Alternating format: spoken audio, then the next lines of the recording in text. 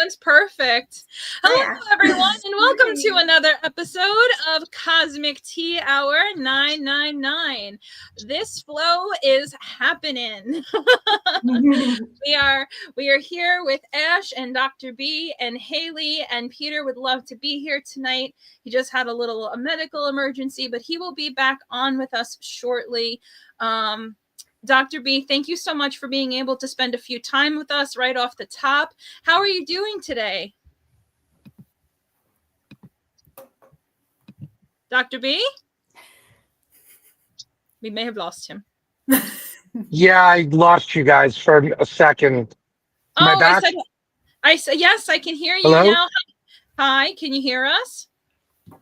Sorry. Yeah, it froze. Verizon Mobile is not what it used to be, so my apologies. No worries at all. I said, how was your day today? My day was good, thank you. It was a good Monday. Was out of town for a few days. Now I'm back into the flow before the holiday. And it was great seeing you in person today as well. So I'm glad to join you. Yes, I was so excited because our crystal class that we had on Friday, Dr. B, Hayley, and Ash, Dr. B, Hayley, and I were all together for it. And Hayley was the person who was our guinea pig for receiving best while having the crystal integration mixed into it.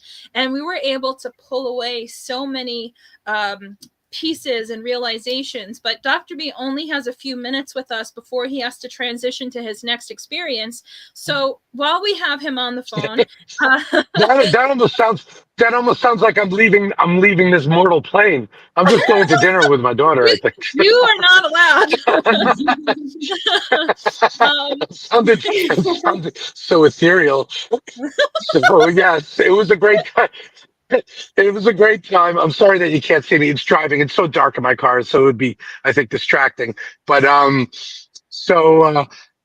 bioenergetic synchronization technique, obviously is an energetic technique, and with the addition of the crystals, it was as much an experiment and learning process for me because I do not, other than wearing crystals or having them around my space. Thank you, Teresa. I don't have the training in what crystals can do. So I only know that they, when done correctly, they could help, obviously, improve the energetic experience for someone. So why wouldn't we want to try to integrate that? And Hayley was the willing participant. And I have to say that the muscle testing, the checks that we look at when we're doing energetic techniques, kinesiology, they were very strong. And I felt like that they were very robust with the addition of the crystals. So I was quite happy with what I saw from a clinical standpoint. And I would have to listen to Hayley's experiences, from the patient. We don't have a basis to go off of other than, this was her first treatment, so to speak, session. So I definitely can see how having someone have a consultation, see what crystals would benefit their energy for what they're going in with their experience. And then I would want them to have them with them for the treatment. So that's what I got from it. And, for, wanting my input, I hope that Hayley had a good experience from it as well. Again, it was her first experience. So love to hear some feedback. Awesome. So, Hayley, I'm going to just interject really quick before you take off with your experience and just say that even though Dr. B can only be here with us a few minutes tonight, he will be with us on our holiday party in Lake Grove, where he's doing independent consultations with people, talking about nutrition, chiropractic, special needs children. I mean, his gamut of service is so large. And I've been really excited to see that as people and I are interacting, that you know, he normally is so busy serving his patients that there isn't time to step away and socialize and have a more laid back interactive time where he can speak to smaller groups or patients people one-on-one that are curious about what he provides or how it could integrate into their lives. So just wanted to put it out there that Dr. B will be there on our holiday party, and all that information's on our page. So without further ado, Yes. Hayley, what was your side of it? Hello. I'm so excited that this happened with Dr. B jumping on, because the experience was like, I was trying to, I don't know if anybody was there and saw the muscle testing. I was fighting. Like, I was fighting so hard because I was like, I need to know that this is everything, you know, like I need to experience it and like give my all. And it blew my mind, just having experience with crystals historically, and then never having experience with BEST. And I was like, I volunteered as tribute. I was the first year, like somebody needs to go. I'm like, me, it's me.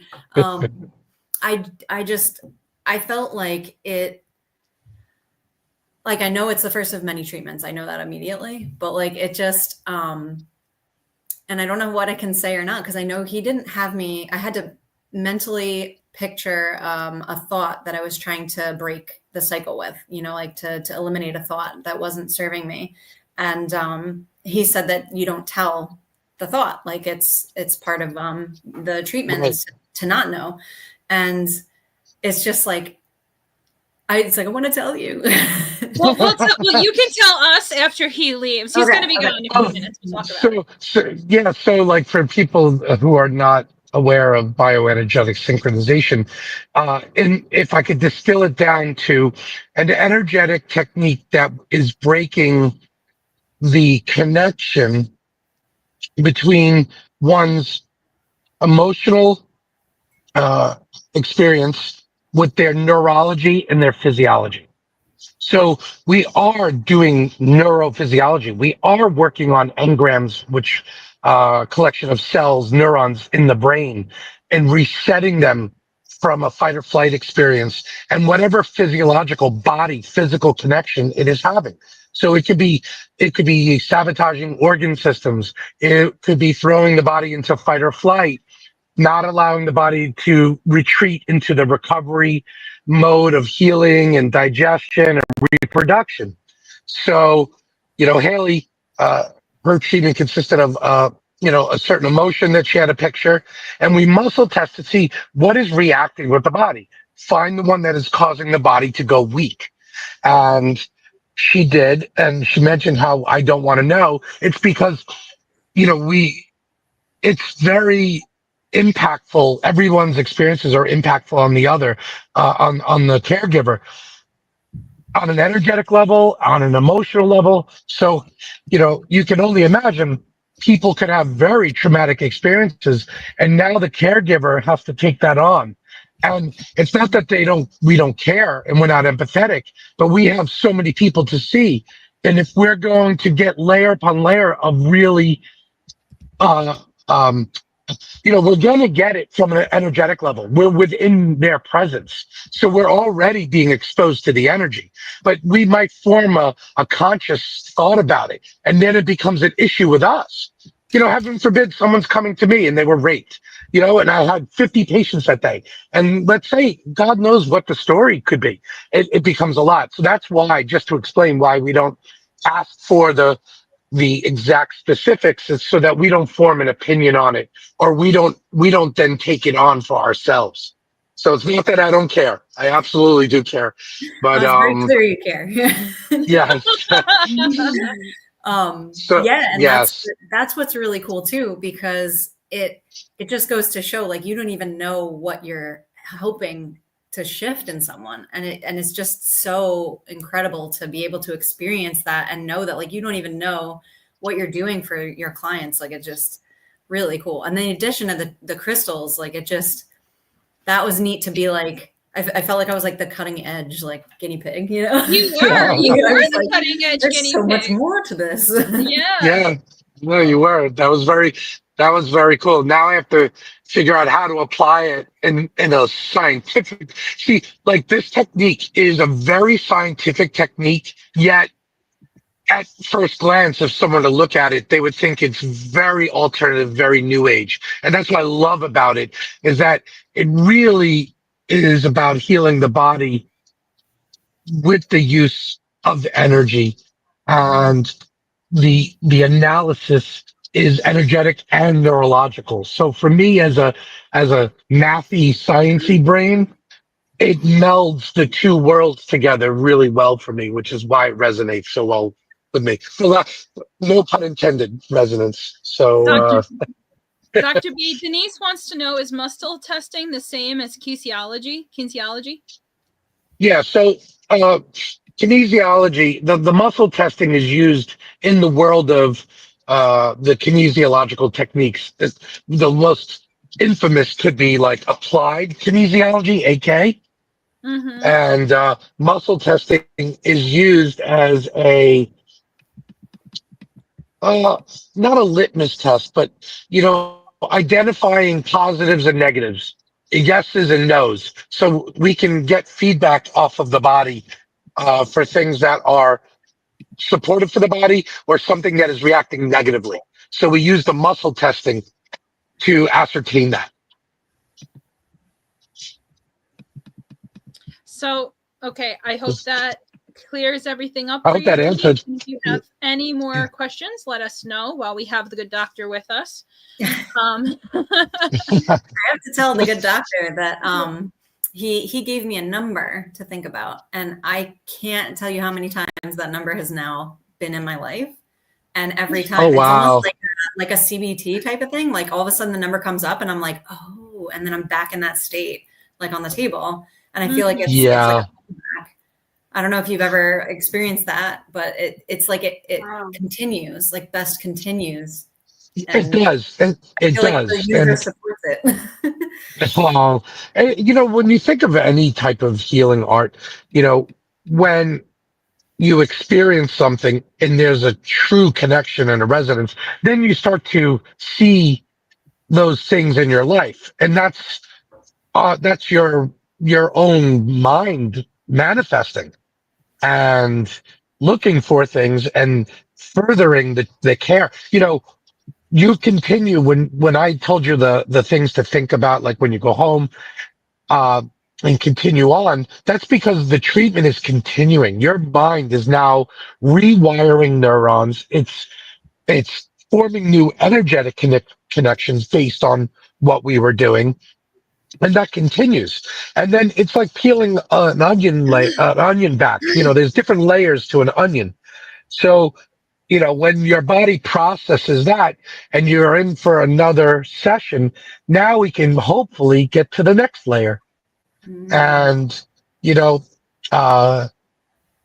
work just continues in that there's some, like, it's funny when we give, for the people who are listening, there's a thought there's an emotional thought. There could be an experience that you have to think about.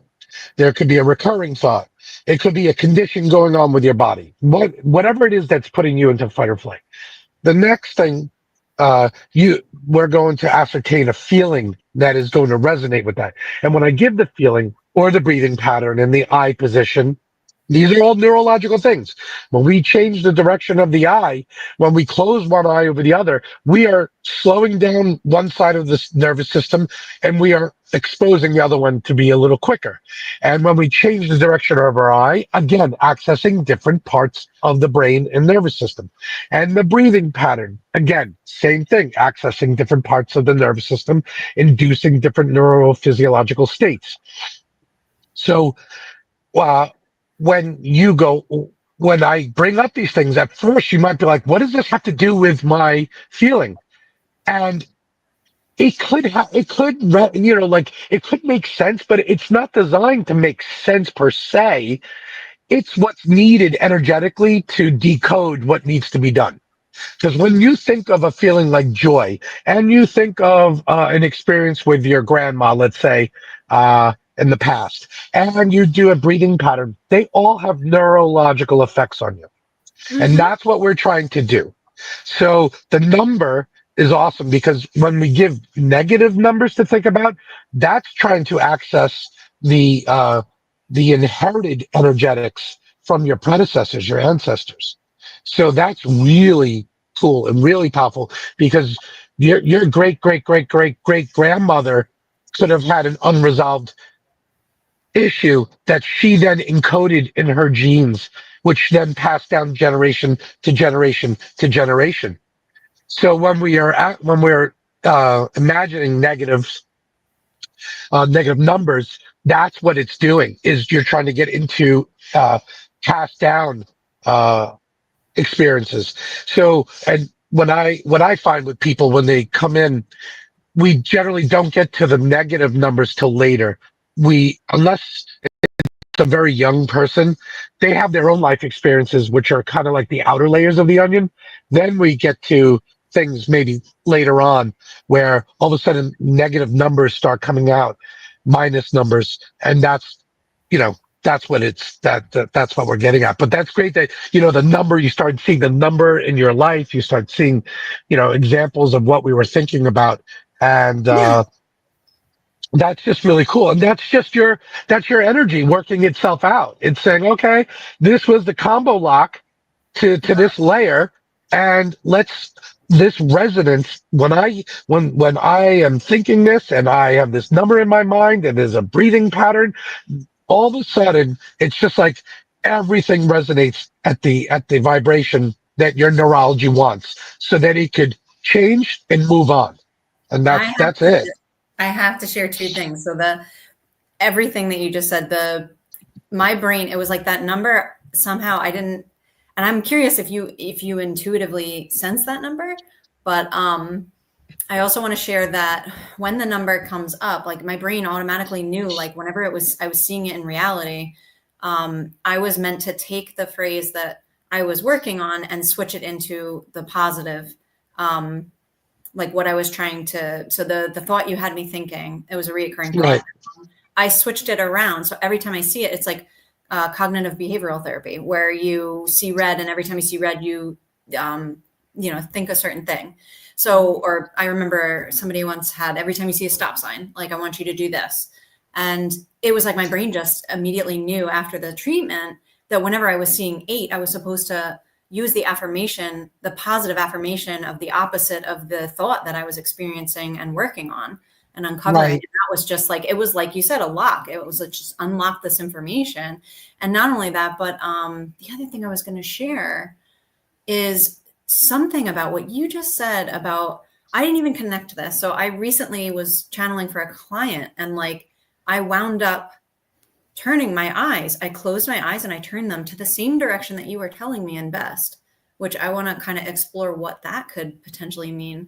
Because I wonder if I'm using something with my neurology in the pathways. It could, yeah. So much That could be. We can't get to it all tonight on this podcast, folks, but tune in next week. That's excellent. That's excellent. Yeah. So I'm really glad you had a great experience, and we want that person. So if there's a recurring thought that we're having you imagine, we want you. We also apply the method so that you can resonate with the statement that this recurring thought will be resolved. So there's, for people listening, when we have a recurring thought, if this recurring thought, and let's just say it's about you paying taxes, okay, that stresses most people. So you're thinking of paying taxes, but it really throws your body into fight or flight.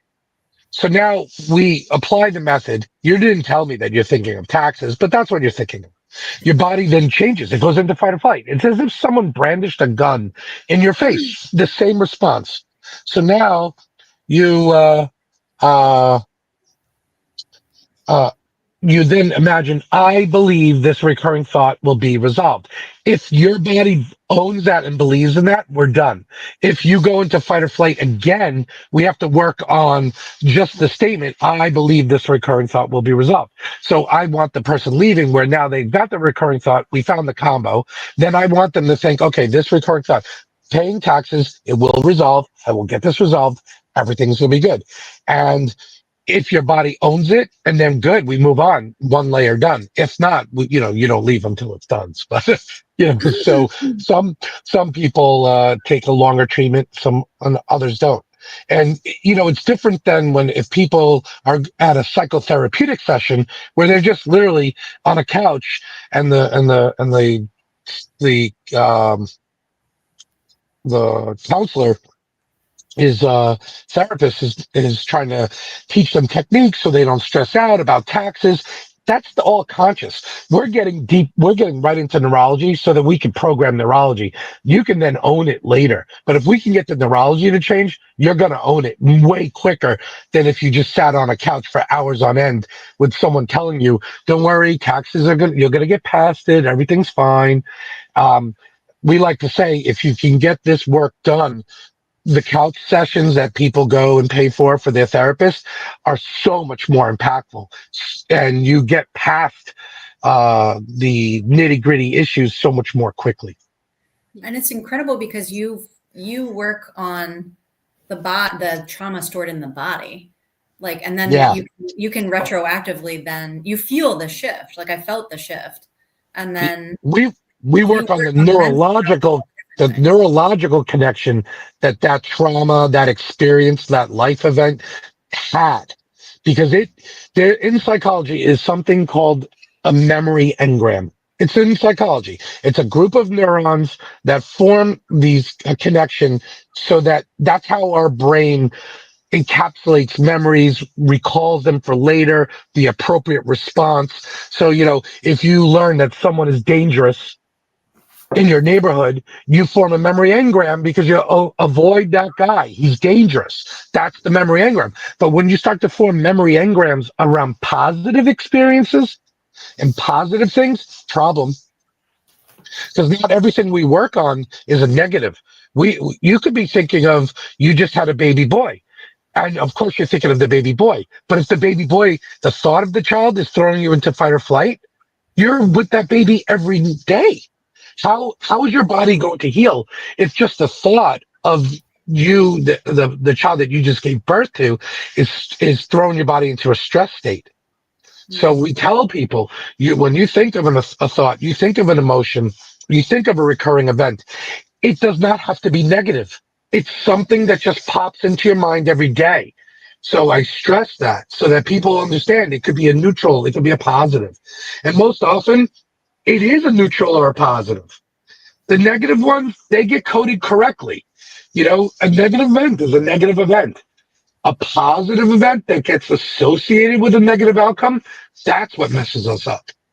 That's true. I just want to interject really quick because, Ash, you've done CBT therapy. You help with this kind of counseling for a lot of people and have so much experience in this. Do you have any questions for Dr. B? Do you have questions for Hayley? Can you share your experience with us? Well, I was actually going to ask Dr. B. I went through a series of EMDR, and so what you're explaining kind of sounds like that. Is that what you're doing? Are you interpreting EMDR with CBT, and then what else is it? Light therapy? No, it's not light therapy. Okay. Bioenergetic synchronization. I would best say the acronym is best. It's one of the original techniques in the Western world, okay, that was the beginning for a lot of these emotional freedom techniques and these other types of they're really close. And what you're doing is you're merely using the person's thoughts. They are thinking them so that they create a certain energetic and neurological response to them.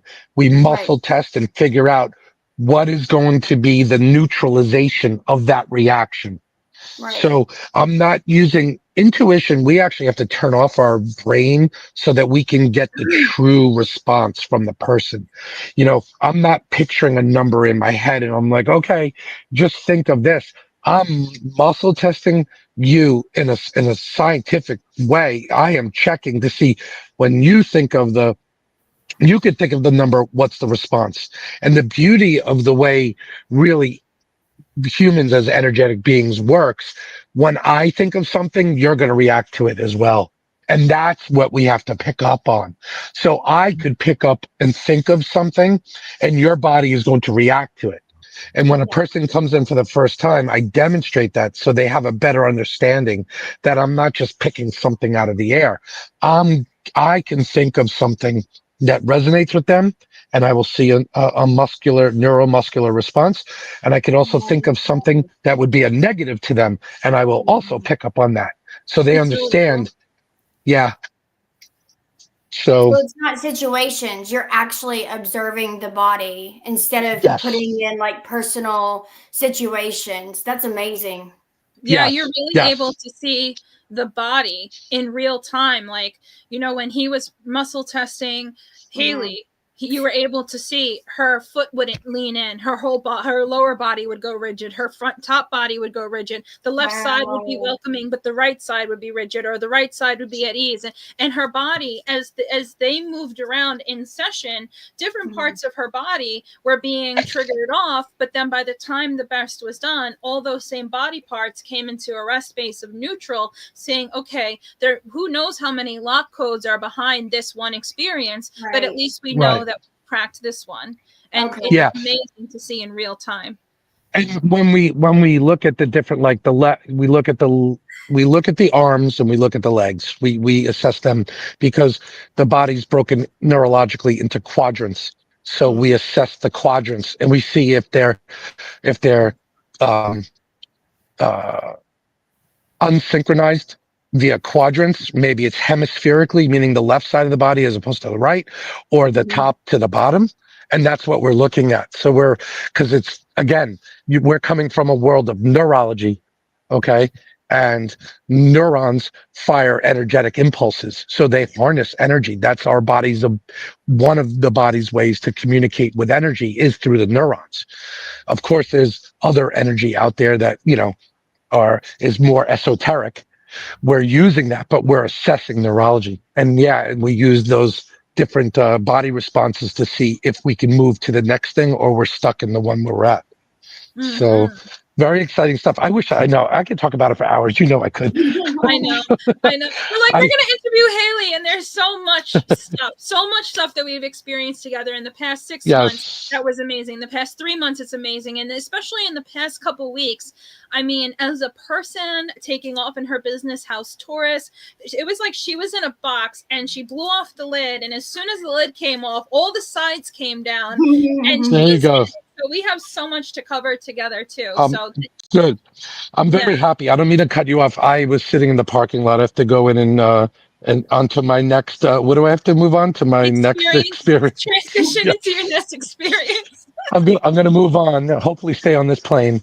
All right. You better. That's all you got. We need you. Okay. Yeah, we do need you. Thank you. Love and appreciate all of you. Have a great evening. Thanks for having me on. Thank you, Dr. B. Thank you. You're welcome. Dr. B. My pleasure. My pleasure. So we were all today we were going with the flow, and as we were talking about interviewing Hayley, Peter had contacted me and I had seen Dr. B, and Hayley and I were kind of interacting, and she goes, I had some questions left over for Dr. B. I was like, hold that thought, let's put it on the podcast. And so we were able to crush these together. So we did have a completely a way that this was visualized going, and then the way that it all kind of came together and synchronized. And we thought it'd be really interesting to be able to share that with all of you. But so I have questions for Hayley. Hayley, I want you to introduce yourself, but Ash, I need you. It's been a half hour in, and you've been sitting there with your beautiful face, and please dump your light onto us and share your soul, girlfriend. Yeah, both hands, hold them open. You're talking to me, right? I'm ready to receive the ash. So I don't know if you want to start with questions for Hayley or things that you have insights about. I just want to hear your voice. It's been too long. Well, Hayley, this is the first time that I've gotten to meet you, and I love your aura. I love your mind. I can already tell. Like, I look at you and I'm like, oh, you look so familiar to me. So we probably lived a past life together or many. But okay, so it says House Taurus. So I'm just curious who you are and what you do. We'll start there. So, it's fun because it's all unfolding. But I just have been feeling this calling to this business, and I started it and then had like a pullback and then pushed forward with it and then had a pullback. And it's like, I feel like timing is just, it has to be divine timing. And like, I kept feeling like it's not the birthing point. Like we're in the, like, we're getting there, but we're not there yet. So now I'm there and I'm being shown all these different things that I'm meant to do with this company. And it's all kind of coming together. Like, Teresa did a exercise with yarn where it was like everybody held the yarn in a circle and it was all connected. And I'm like seeing that now. And I'm seeing how the business is all going to piece together. All these things I've learned in my life. I'm a Reiki practitioner. I do tarot and oracle card readings. I channel messages. I like all of these different things I've learned to do, but never put all together. And I knew they were meant to be together, but I didn't know how. And now it's like the universe is like, hey, this is how we're all married. And I'm being connected to these people. And it's just like, I'm uncovering it now, and I'm really stepping into this. I'm like stepping out there, like even by this podcast, like I'm like, hey, see me, this is the business. And like I'm here for you guys. What do you need? And I have all these healing modalities, and I can already see how they're going to integrate, like doing sessions where I did a session where we did like a small manifestation type of intention setting ritual with the elements, and then switched into a Reiki treatment that was an hour long. And then we wound up like coming out of that, and I had visions, and then we were talking about that, and like a integration period at the end of it where we were drinking tea. And it's just like all these different things where like I could do reading or like a psychic intuitive reading triggered by the cards, and then it shifts into like if they're open to Reiki at the end of it to kind of like settle all the emotions that come up. In a lot of readings, like I get these emotional reactions from people. And it's just like now knowing, okay, well, the next thing I'm supposed to do for you is to now just channel like that Reiki energy through me into you, and like kind of let it everything settle in and sink in. And like, it's all making sense now. So that's where like, I'm like connecting to all these things. And literally I'm talking to Teresa, like right before the podcast. And I'm just like, this is how it's all connected. And we're like, we're so high up there with all this spiritual energy. It's just, I'm seeing how it all comes together, and I never have before. And I'm just so grateful for all these connections. And like, Ash, I know I'm meant to, like, to hear you say that you feel already that you've experienced past lives with me. Like, I feel that, I know that, like, it's just it's so incredible. I had to lay on the floor and ground before we started because we got so high, and there were crystals and our energy, and we were there for an hour, and we just kept getting higher and higher. And I was like, if we're going to do this podcast at 7:30, we have to be somewhere in the physical realm to do that. Yes. Okay. I get that for sure. And you with your business, that's something that I had a bunch of synchronicities that led me to my business, and I rented the location for a year, and I didn't even know what my business was gonna be. I just knew to do it, and then everything just fell into place. And so now when people want readings, like I may go to past lives, or I may go to like current, present, or I may do healing, or like energetic healing, or like there's so many different things, or psychic medium. I mean, it could be, or channeled messages, like so many things all in one session. And I don't separate them. And we could go, like, if my wife didn't calm me down, I would go over with everybody. She's like, you have enough to live in. And I'm like, I'm sorry, I can't just turn my clock off, I just can't say, hey, sorry, time's off. But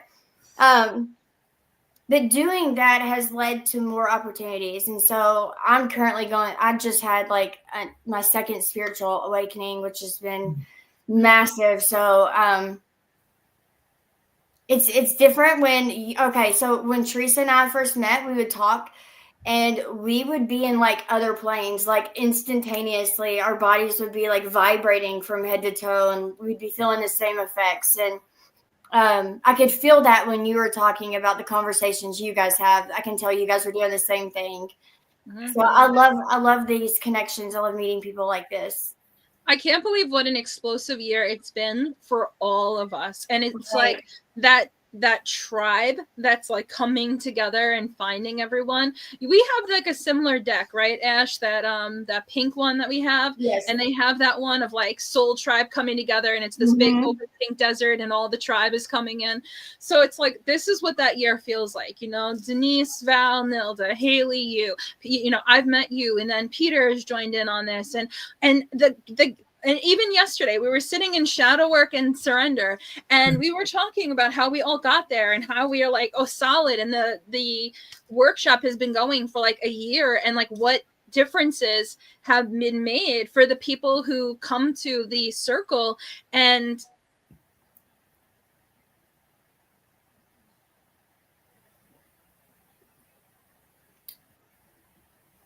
she vibed too high. She did. she's all the way up here. We gotta. She sure did. I'm like, I'm here. Here we go. I'm here. I'm like, I don't know. It just clocked out. So I don't. What was the last thing you heard me say? Oh, why is Ash? Okay, there we go. You were talking about. I feel like energy. I feel like I need to calm my energy down because it's coming through the laptop. I just said that one. I was like, she's vibing too high. We got to draw her back in. Yeah. We were talking about the surrender workshop yesterday. Yeah. And how everybody was saying like everybody's had experiences where they started throughout the year. Like not everybody started on that first session with you. And like people have just been pulled to your meetings, and there's just this feeling of like being safe and being able to open up, and they just start getting pulled into what they want to bring into their life so much. It's like this rapid process. And it's just, I remember my first of the surrender series, and I remember listening to somebody saying like, like when I started, this was happening. And then all of a sudden, like it's 3 months later and this is amazing thing has happened. And I was like, sitting in there and I was like in a broken spot there. I was really upset. And I just was like, I want that for myself. Like I need that. And, but then it just happens. Like, like I just keep coming. And it's incredible to see how these, like when people are drawn together into these spaces like Teresa created, like it's just like, like everything starts like, I'm like, calm down, energy, calm down. We need the laptop back. So sitting here literally like, I would say you need more crystals, but girl, like I was like, this all started with that laboratory. I love hearing, Ash, your story too about your business, because I love learning about, like, I already know I know you, but like, I know. What are you doing in this lifetime, girl? I know. Oh my God. It's forever changing. I feel like we're constantly growing, and you know, your spiritual awakening and Teresa's, like, us having spiritual awakenings, my perspective was I thought we only had one spiritual awakening. And no, that's not the case. And I found that out 2 years ago, or about a year ago is when I realized, oh, wow, you could have more. But for me, I never expected it. For you, you never expect it. Things just fall into place. And so at first I was a psychic medium. And then I was like, I want to channel. And so I brought that into the forefront, and I just focused on it. And I realized this whole time I've been trying to go out of my body. Like, oh, I need to go out and reach out. No, what I have found recently is going within the body. Because when you go in the body, that is when true messages come through your higher self, and they can't be infiltrated. And so that's just what I'm doing now. But I mean, it can change. We're forever evolving. Yeah. I just want to share this with you guys. So we were in, we call it SNS for short, shadow work and surrender. And Hayley, I'd like it if you spoke about your first experience, but I'm speaking of your most recent, which was yesterday. if you could like maybe highlight your growth pattern a little bit, that would be great, because I know it. So when I see you yesterday and you're reading, you know, to someone in the class saying, hey, listen, there's this person that's behind you, and that resonates with her. And then you're reading someone else and saying, hey, she looked at me. I had a Reiki session with Andrea a week ago. And the first thing to come up in that Reiki session was about me being at Salem Witch Trials and my experience, which was literally one of the most visceral experiences that I have had. I could feel the fire, I could hear the crackling, and I understood the experience and how it connected to me in this life. I walk in, we're having the class together, we look at each other, she pulls back from me and goes, past lives in Salem as a witch, and here's what I see you doing, and here's how I see that situation impacted you. And she, like, when I tell you, she has just ripped the box off the top. She's looking at people's soul to soul. Hi, hello, how are you? And then I mean, we are on the highest. Okay, I've frozen 4 times, and it's, to me, I'm not even surprised. I'm sitting here with the 2 of you, and the energy is just like. She's just going to start floating up I'm off just the screen. myself. I'm like, hey, Tom, so the laptop stopped freezing. Grab the hematite. Right?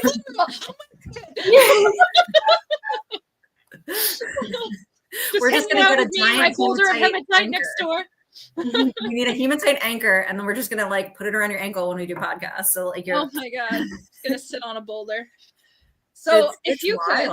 I know. So talk about your, like, I mean, all I know is you since I've met you. So I don't know where you want to start from, like, the beginning point, but I've watched you grow so strongly. And it wasn't like you needed to become this person. It was more like you just needed to remember that this was you and step into it. And we've all gone through that. So yeah, and it's felt like, so my journey, I was I don't know, like the initial thing that got me into anything spiritual was crystals. And I like remember doing this.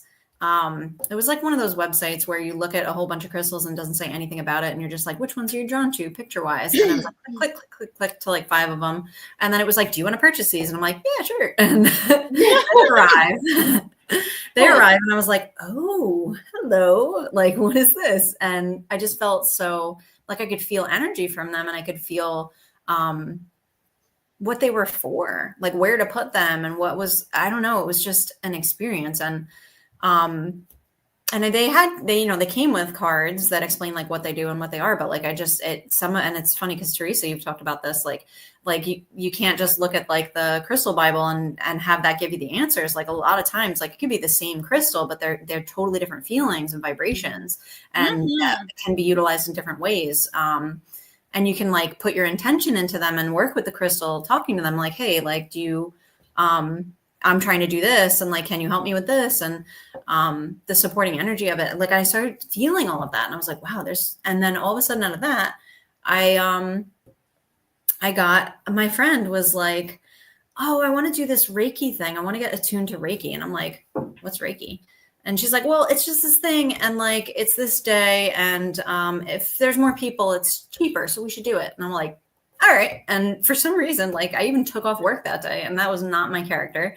And I ended up going, and I got attuned to Reiki, the first level. And it was like, while I'm getting attuned, I'm like seeing lights and shadows. And like, I saw like a boat and all these different like intuitive images, and my grandmother. And I started talking at the end of the class, and like the Reiki master was kind of explaining it to me, like, this is what, and was it on this side of you? Because that's your maternal grandmother, that the energy is presenting itself on this side. And I was like, it was my maternal grandmother. What? Like, and started really opening my mind. And then I carried forward and did the second level attunement, and my friend didn't. And I was so pulled to it. So then I got attuned to Reiki, and then it was like that really just opened. Because Teresa, you said the other day, like once you open or unlock certain things, it's like they don't. Reiki's one of those things, right? It's like potato chips. You can't eat just one. Once the box is open, you're never the same. They just keep bringing you up, and you just keep coming along for the ride. Of course, I appreciate that, because I love food and Pringles. So I'm just gonna keep that going. That's the Taurus in you. So, house Taurus. I can't get over, like, can we this though? This is not my room. And I wound up here. I'm like, how funny is this? Like, this is, so, okay, circle back, dial down. Right.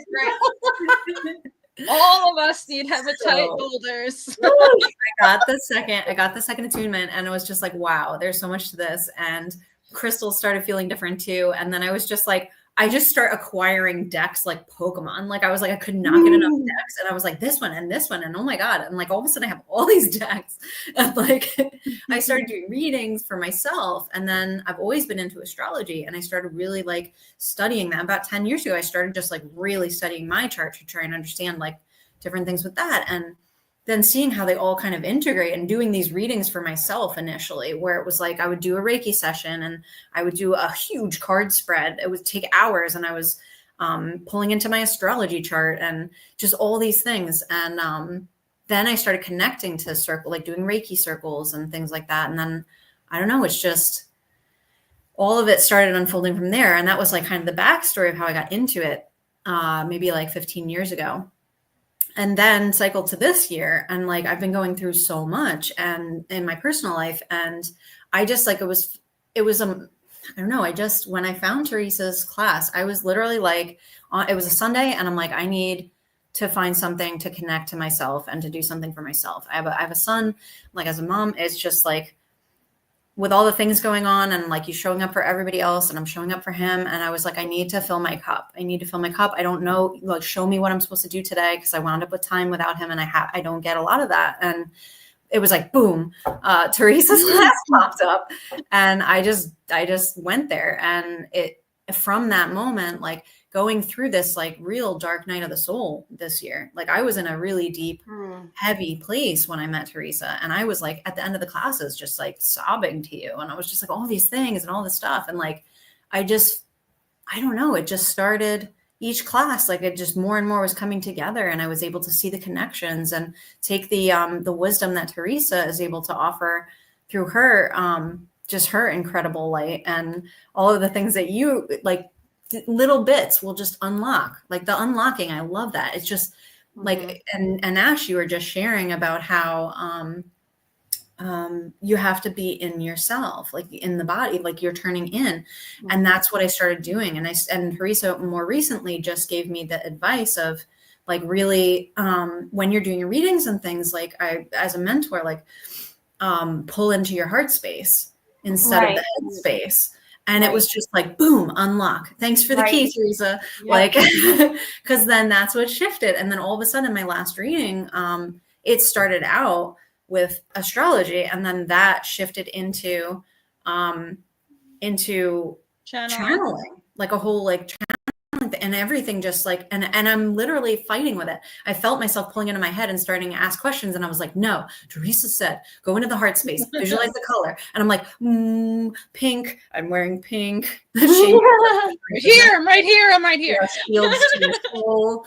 I just started pulling back into my heart space, and it was just like, everything shifted. Like everything changed. And all of a sudden I was getting all this information, and I was relaying the information, and I got this emotional, like this visceral reaction from the person I was reading for and channeling for. And it was just like, there's so much more, and everything is just unfolding now, and I'm able to see it. And it's just without going through that dark period and everything shifting in my life, really, like and as a Taurus, like I need grounding, and I have no grounding.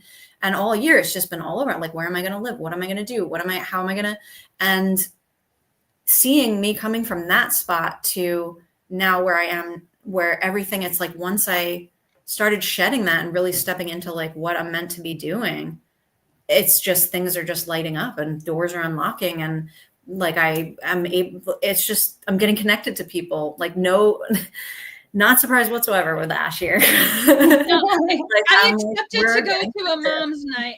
You accepted to go to a mom's night to do the reading, and it was like perfect. Yes, everything unfolded and it was like just in moms groups, and everybody was like looking for that night where they all pull together and have community without the kids and and I was just invited to it, and it was a tea and tarot night, and I was like, hey, why did you guys pick tea and tarot? And they're like, well, one of our friends just got a deck, and like we don't know how to use it yet, but she's had it for a couple months. And I was like, well, I have an entire case full of cards. Would you like to bring them? I can bring the cards, and you guys can touch them. We can do things. We can read them, like whatever you guys want to do. And I show up with my whole kit, like the professional makeup kit full of cards, crystals, everything. And like, it was just insane.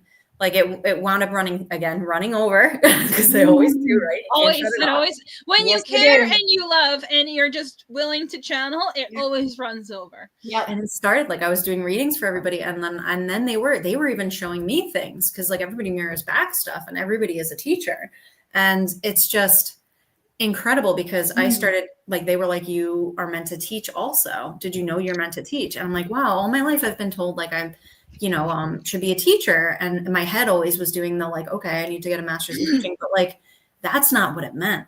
Everything is coming together right now. Like, I'm like, oh, wow. Like I'm supposed to put these things together and pull these people together and like help them understand themselves better and help them understand like where they're at and where they want to go. And like, I'm supposed to bridge these messages to them. And so it started out from that night.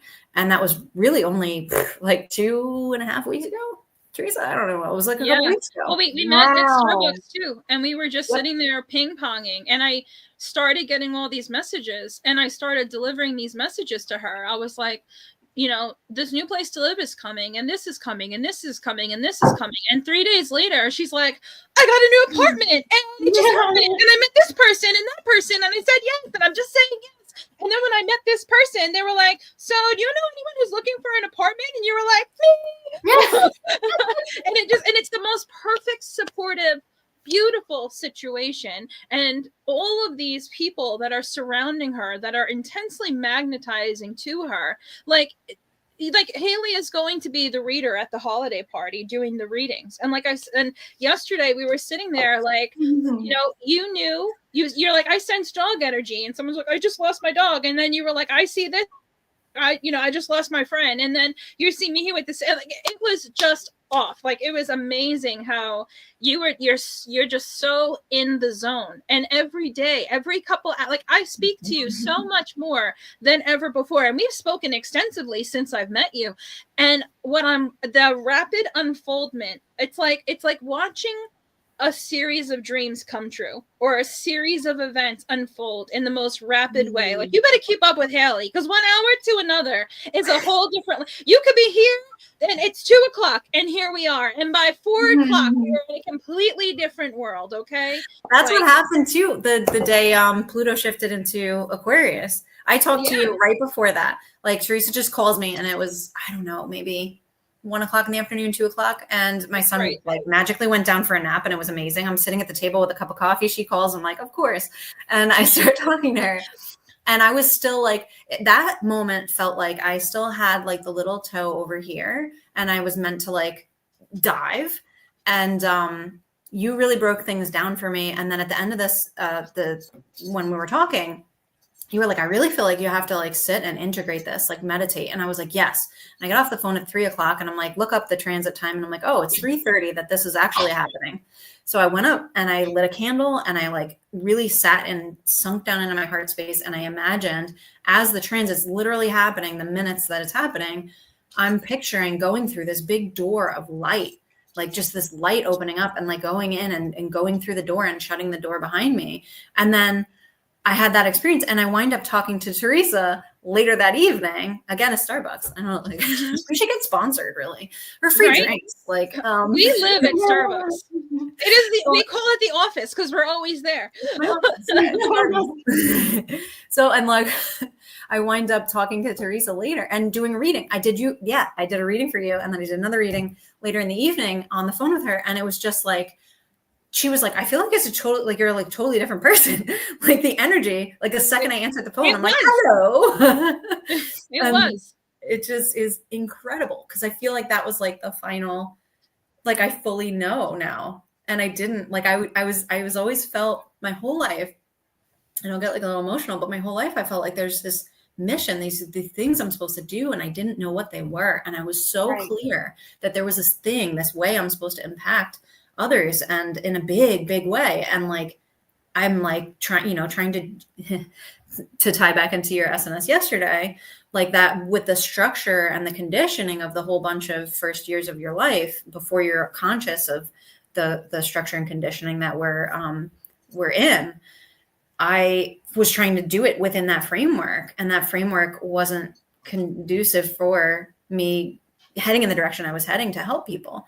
Like so to be literal, like I went to school for English, and I was like, okay, maybe I'm meant to be an English teacher. And like, I wind up going and getting a degree, and then like working in a school district. And I'm like, I love kids. I love working with them, but like, this doesn't feel right. And I don't understand, like, and all these things. And then it's like, cause I was trying to fit it into that structure that we're given.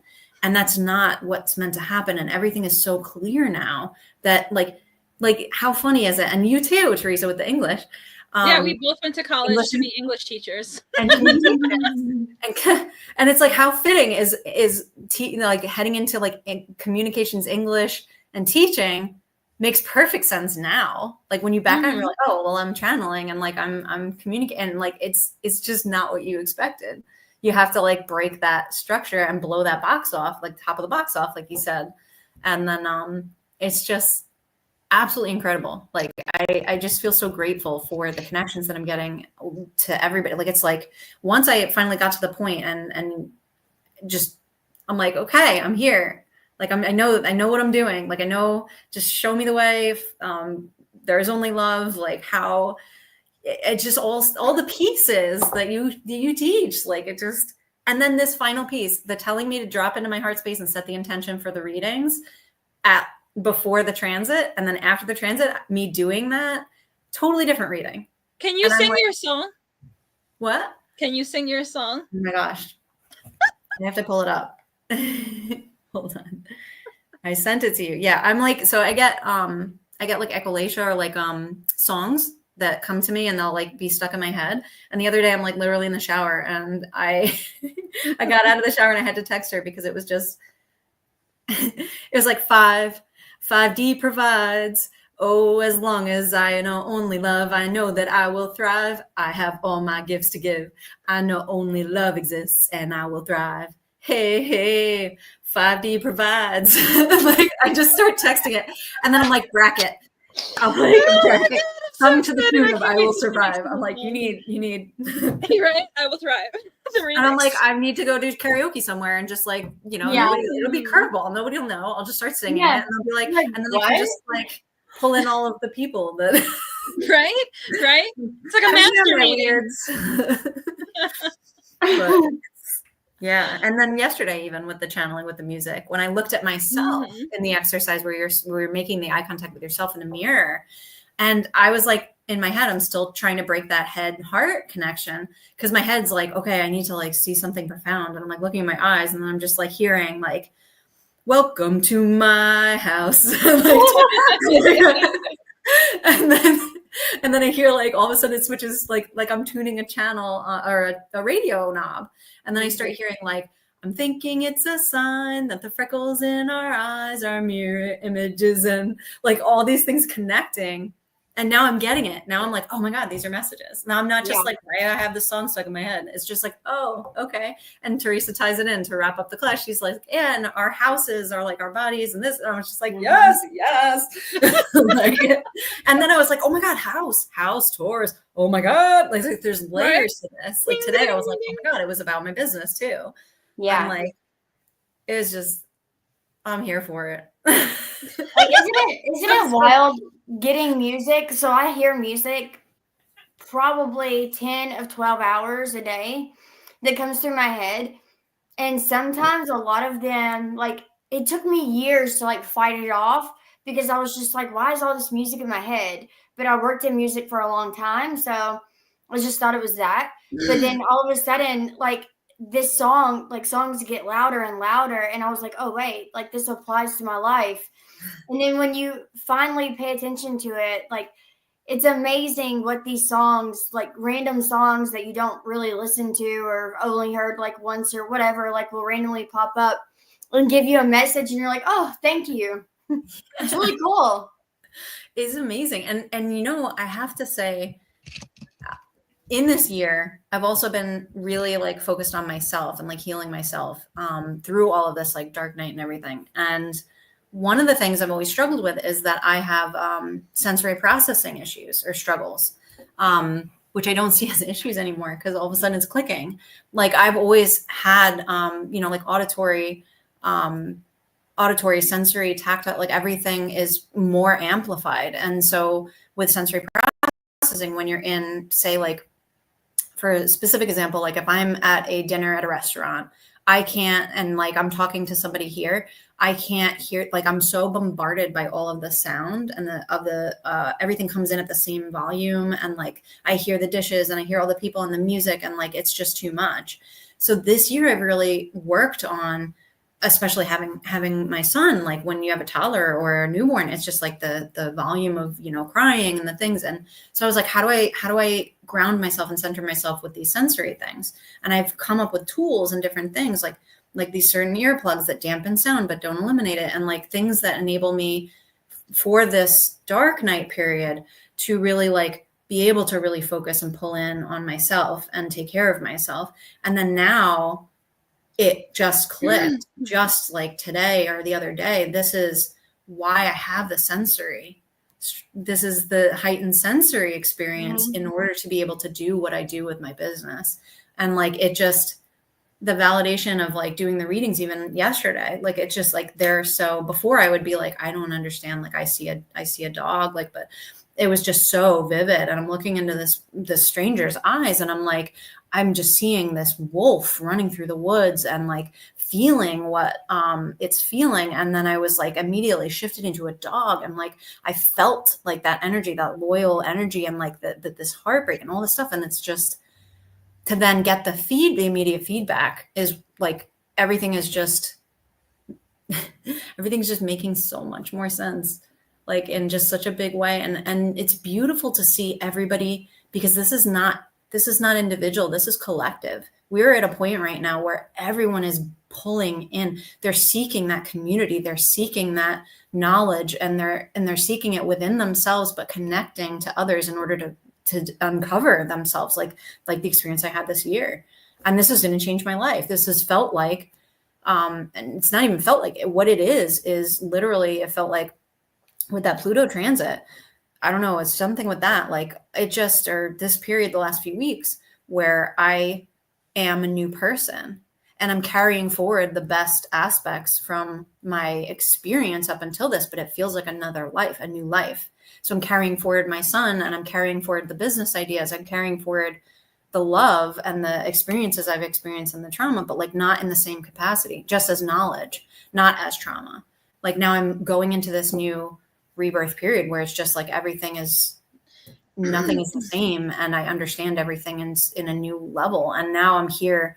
It's like I get it with myself. It clicked with myself, with the sensory stuff, with everything going on, with my gifts that are unfolding. And now I'll be able to use those to help others, as Teresa helped me this year too. Like it's just like we're all connected. We're meant to rise together. All walk each other home. I say that all the time.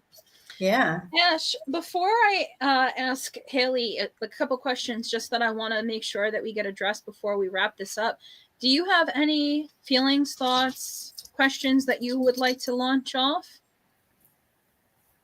No. No. I would, however, like to see you to come back on. And I would like to meet with you sometime, even if it's over Zoom, or have a conversation, because like so much information's already come through just by watching you. And I was like, oh, this is deep. Mm-hmm. So I would like to get to know you. So, but I do have an emergency reading soon. Okay. It's supposed to be right now, but I can wait a few minutes. I don't want to be rude. Hop off. Well, I do. I knew you had a reading. That's why I wanted to be like, what do you have for us? Because I do have a couple more questions, but I know you have that reading. Thank you. Hayley, is there anything that you feel like you'd like to say to Ash before she transitions to her next experience? I just have to say, when I was talking to you before, Teresa, on the phone, and you saw the cross and the X in the sky, that just clicked for me that was Ash and I. Like we timed this, and now we crossed our paths crossed, and like, hey, like, oh, you again. I was wondering when it would be this time.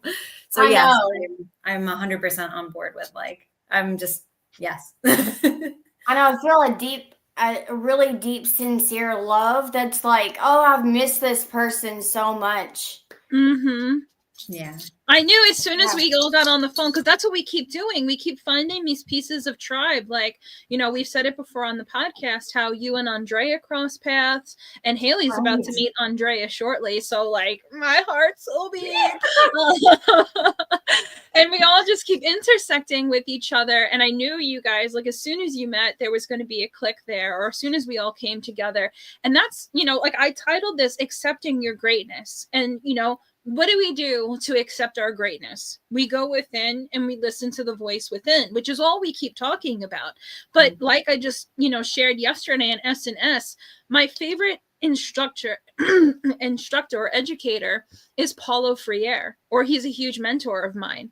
And his biggest thing was that the educational system does a lot of depositing, where the teacher deposits information into the student, or the or board of education transfers to the school transfers to the teacher, and you have a lot of like systematic kind of conditioning for how we learn. And we don't learn by experience or open-mindedness. A lot of times in school, we're conditioned right off the top to learn by looking externally to how we're supposed to be, how we're supposed to act, what are we supposed to learn, and kind of taught to be externally referral. And the minute that your soul, because I think this is a common thread in the masters, at least this is my experience and what I've seen a lot with my friends, is that there's something that wakes up inside of us and says, I need something more. I'm ready for something else. I know that this is not the way, and I feel that the way is appearing before. And I always say it's the invisible staircase,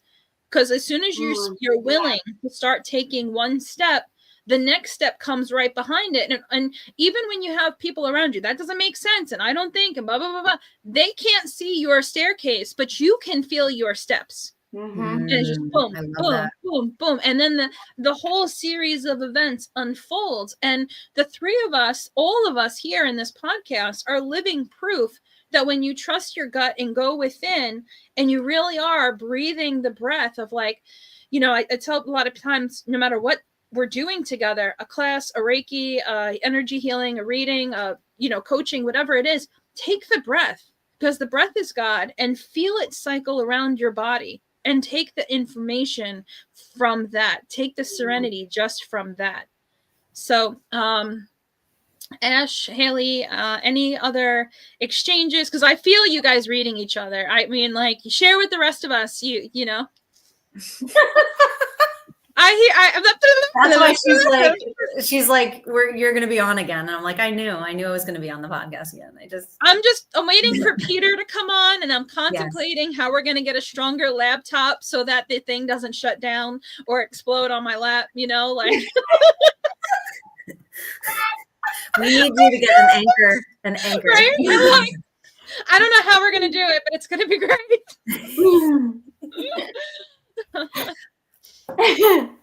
Well, I thank you, Teresa, for Teresa's helped me a lot in my life, like, to help me get to where I'm at. And so I'm grateful for you bringing her on tonight. And I love you guys so much, and I will see you soon. And we have to get our contact information. So here, I'm sending it to you right now.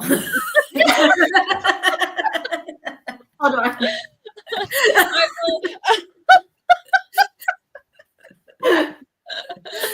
Oh my God, I love you guys. It's great. My life is great. Our lives are great. I love you guys.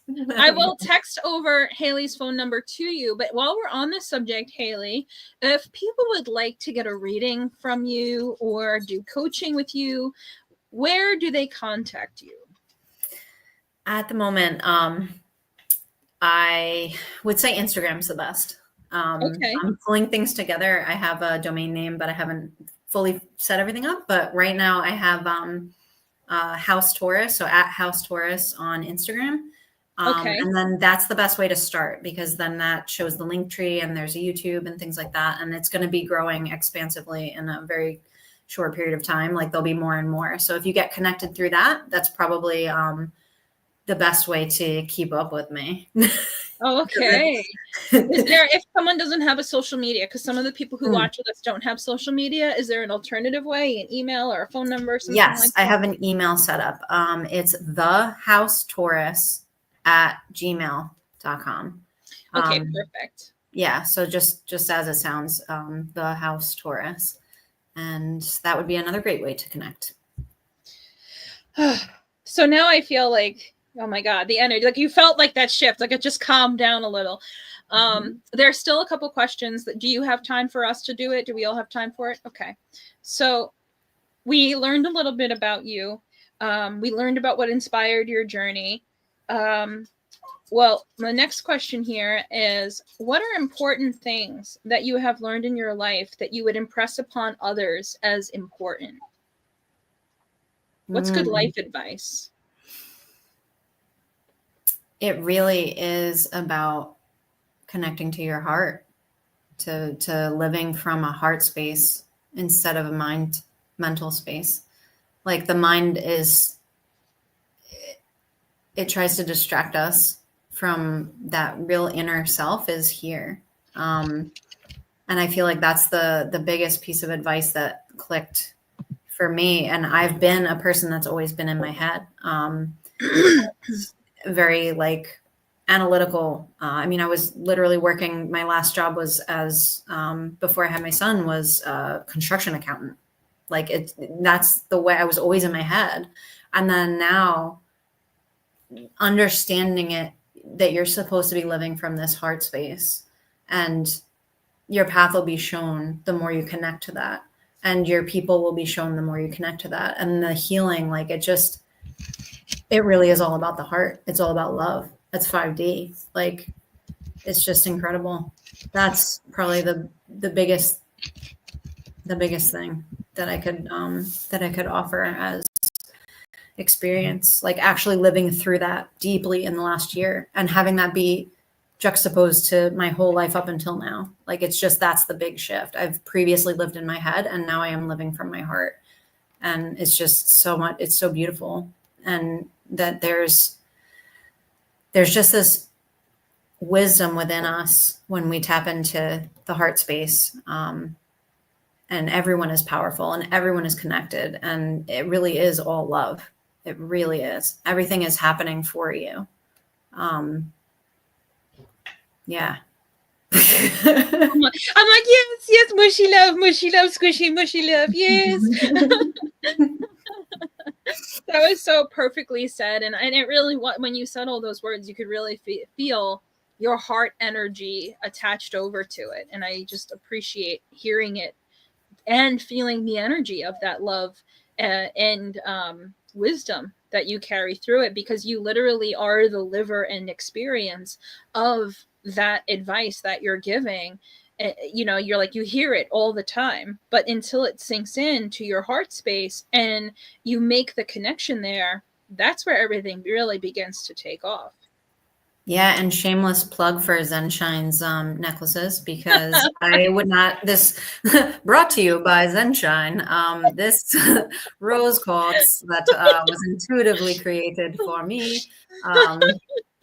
It's been the anchor, it's been the shield, it helps me, this crystal's energy just helps me with connecting and feeling and staying in that, like it like pulls me down to the heart. Yes. So shameless plug, if you're looking for necklaces or crystals, I got a girl.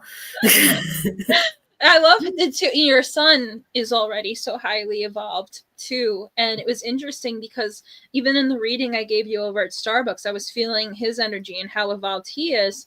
And then you go home and you send me pictures the next day where you see him connected to it. And you're like, you should really start a line just for children, because Go ahead.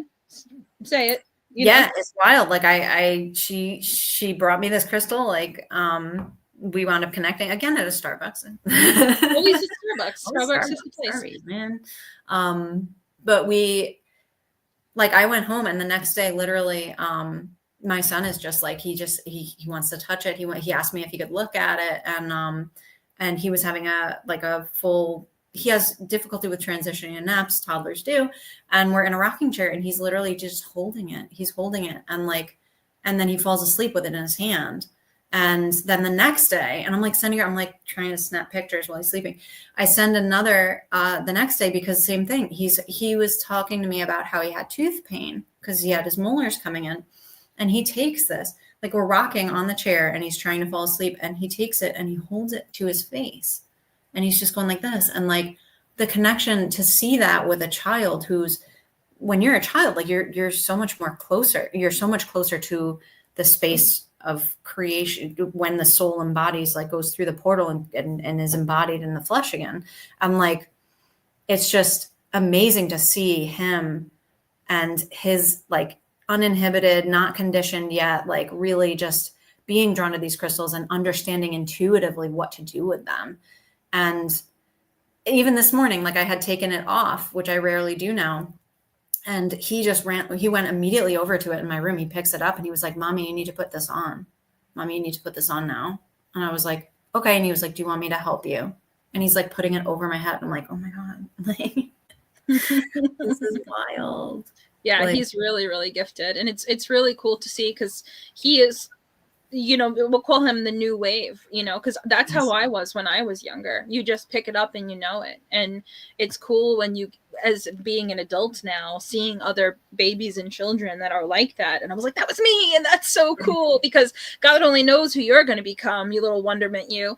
Like, so very cool to see. Yeah. And they choose us. They really we choose all of this, and like, then we forget it. And that is my truth. And I, just the knowing of he chose his parents, and he chose this everything, like to get to what his path is and it's just really cool that I'm able to be stepping into this heart space at the same time as he's growing.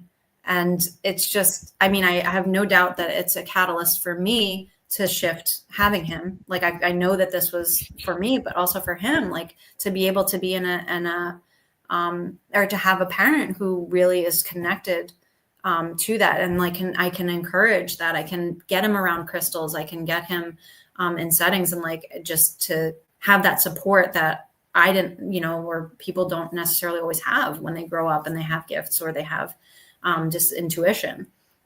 So it feels like I can keep it turned on, hopefully. And like, you will. I can't wait to see like what he, his path and his, like, I'm just so honored that he chose me as a mother in this incarnation. Like, I can't. I feel like it's so beautiful. Like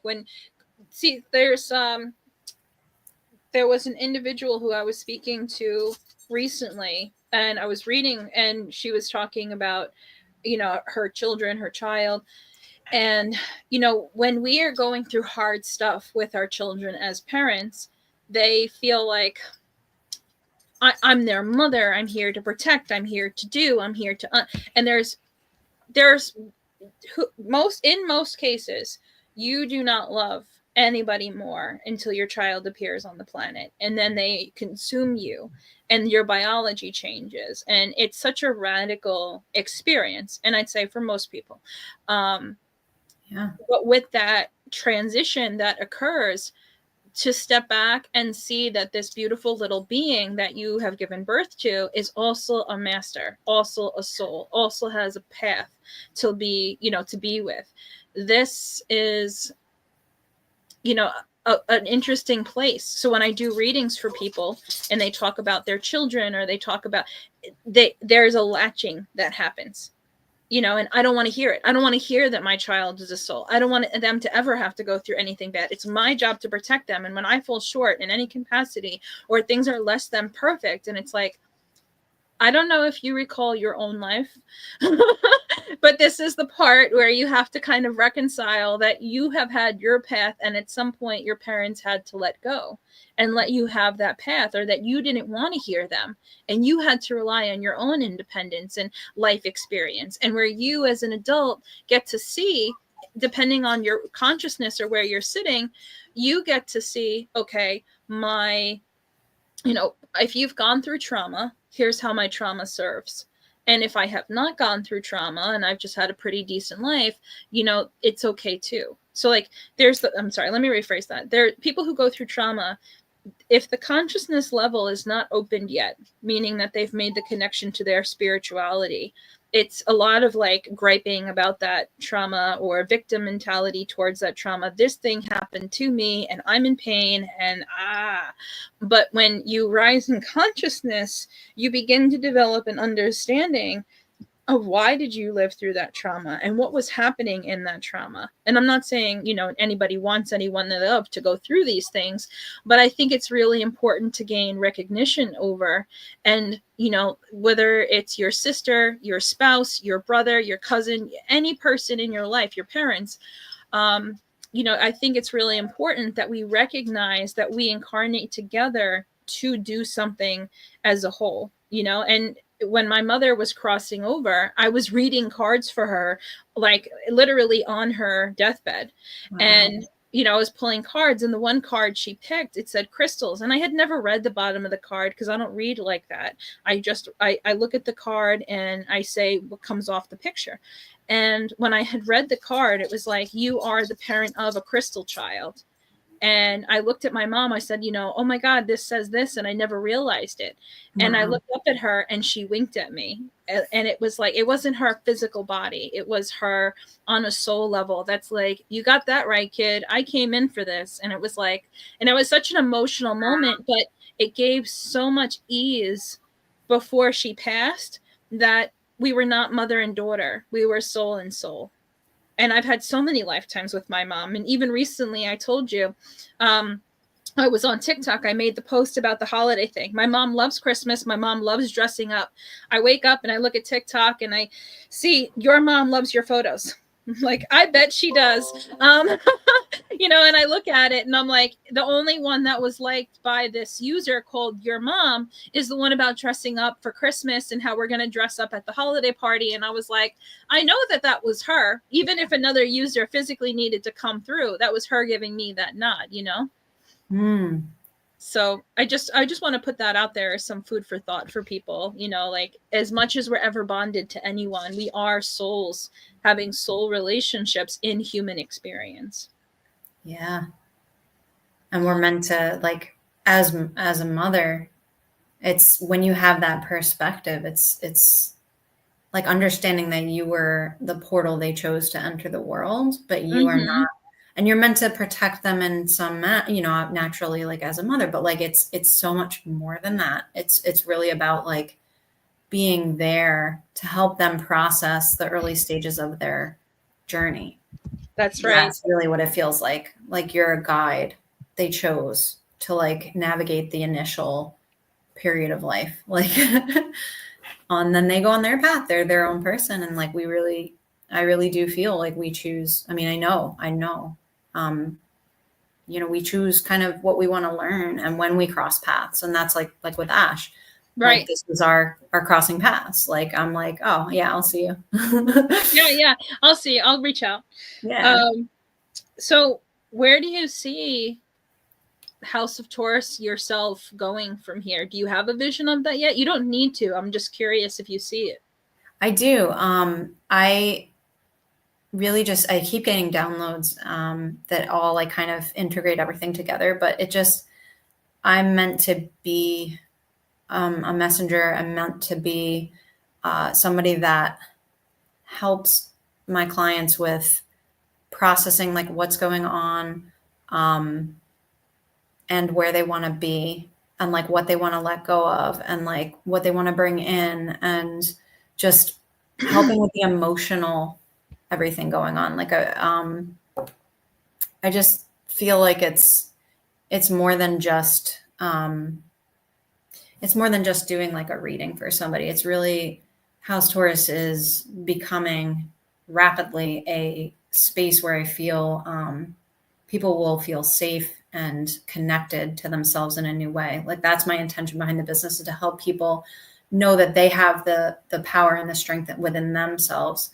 And then just being kind of like that mother parent in a way, I mean, mother child, like in that, like a guide to help them with their journey, not to do things for the people are going to come to me, and then I'm going to be working with these various modalities intuitively, like astrology, maybe pulling their chart, doing a reading, if I'm getting psychic downloads, or if I'm channeling, like all these things are just gonna, and then integrating it with Reiki at the end of the session. Like it really feels like a whole experience in order to understand where they are and help them process and then get to where they're meant to be, where they're heading in their ascension journey. And it just feels like it's going to be a whole like package of different things that I can offer, and it's all going to kind of pull together.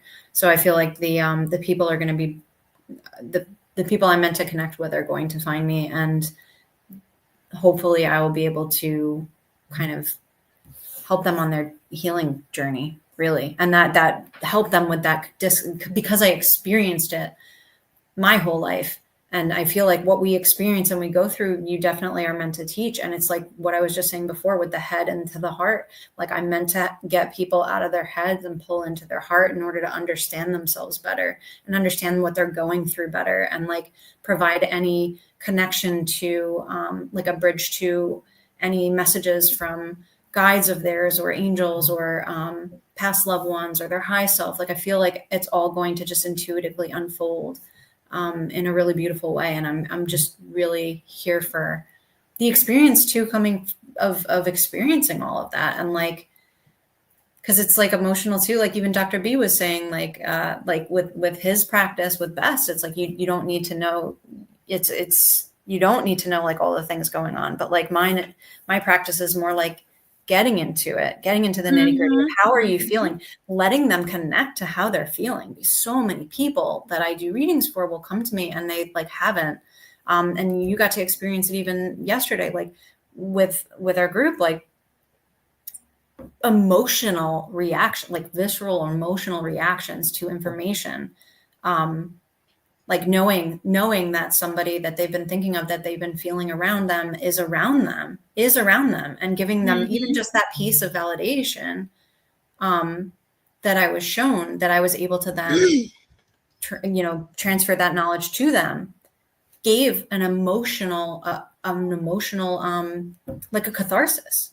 Yeah. And that's what I'd like to do with House Taurus. Like really, it just feels like, connecting people to their heart, like connecting people to messages, to information, to helping them remember that they already have these things. They are already powerful. They already love, and reconnecting them back to that. That's I know that you started watching this podcast because we had become friends, and we had met in the class, and I was like, hey, extension of the class is this podcast. I feel like everything I just heard was from everywhere.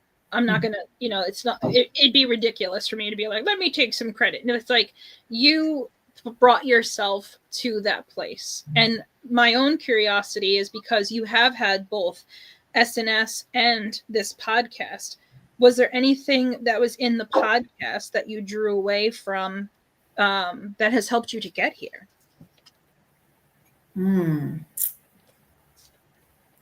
Everything. Everything. And if I could talk, like you have the other podcast too with Nancy that you do. And I remember a piece of information from that even too, like that just jumped out at me, that helped me really just wrap my head around all of this. And I don't know. It's just Look at Say No to Polio, because that's the thing that sticks out in my mind so often. Yes, it was the Say No to Polio. Just say no. Because so for me, like, and I can give a personal a personal, if I can, Yeah. give a personal experience with, like, as I was listening to that podcast, I was walking and I'm listening to that specific one. She's talking about how she just was like, nope, polio. That's not it. That's not how. Not for me. No. That's what, like, that concept of that, like, helped me because I'm, I don't know, like, I've, like, in my head, I understood, like, intuitively then medications differently, which is interesting because I didn't expect that, but I got this, like, download and from the information she was saying, and it's like, you can actually, because she was explaining with, like, you can target, you can say, okay, this is doing this in my body, or this is not doing that in my body. And I think she was talking even about, was it chemo or something, where it's like, you can control, like, what things affect. And that, like, something clicked with that. And that was like a huge expansion in my head, because I was like, wow, like, I can take, say like Advil or something, and then, I don't know, like, almost like channel, like, what it's doing and what it's not doing in my body. I don't know if that makes sense. This is something I'm, like, really processing as we're talking, but, like, that's what this podcast does for me, and all of your podcasts. Like, it's like, that's what Val just said. Val's like, there's always so much to think about and then put into motion. yeah. And I'm like, and you're seeing it in real time. I'm like, wow, I'm like, these things, and it's hard to formulate the thoughts, but, like, when you're in the flow, which I've been connected to more in the flow, it's just like, it's coming together. But it's just amazing how the podcast gets you to think about things and in a new way. And then that unlocks, because this episode's really about keys. Like, it unlocks something in you. And then all of a sudden you start being like, well, wait a minute. What I've been fed as reality, like, isn't total reality. My experience is different than, like, it just, every time I listen to a podcast, and they always are, like, divinely timed too, of course.